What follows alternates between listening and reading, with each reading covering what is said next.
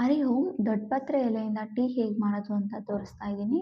ಒಂದು 4ರಿಂದ 5 ಫ್ರೆಶ್ ಆಗಿರೋವಂಥ ಎಲೆ ತಗೊಂಡು ಚೆನ್ನಾಗಿ 2 ಸರಿ ನೀರಲ್ಲಿ ವಾಶ್ ಮಾಡ್ಕೊಳ್ಳಿ. ಅದಾದಮೇಲೆ ಟೀ ಮಾಡೋದಕ್ಕೆ ಒಂದು 2 ಟೀ ಲೋಟ ನೀರು ಹಾಕ್ಕೊಳ್ಳಿ.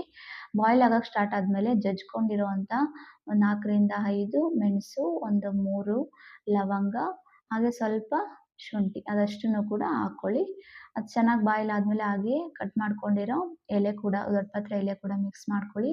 ಒಂದು 2ರಿಂದ 3 ನಿಮಿಷ ಚೆನ್ನಾಗಿ ಕುದಿಸ್ಕೊಳ್ಳಿ. ಹಾಗೆ ಉಪ್ಪು ಕೂಡ ಆ್ಯಡ್ ಮಾಡ್ಕೊಳ್ಳಿ. ನಿಮಗೆ ಸ್ವೀಟ್ ಬೇಕಂದರೆ ಬೆಲ್ಲ ಹಾಕ್ಕೊಳ್ಳಿ. ಉಪ್ಪು ಹಾಕ್ಕೊಳ್ಳೋದ್ರಿಂದ ಕೆಮ್ಮಿಗೆ ಯೂಸ್ ಆಗುತ್ತೆ. ಸೊ ಈಗ ಹೆಲ್ದಿ ಆಗಿರುವಂಥ ದೊಡ್ಡಪತ್ರೆ ಎಲೆ ಟೀ ರೆಡಿ.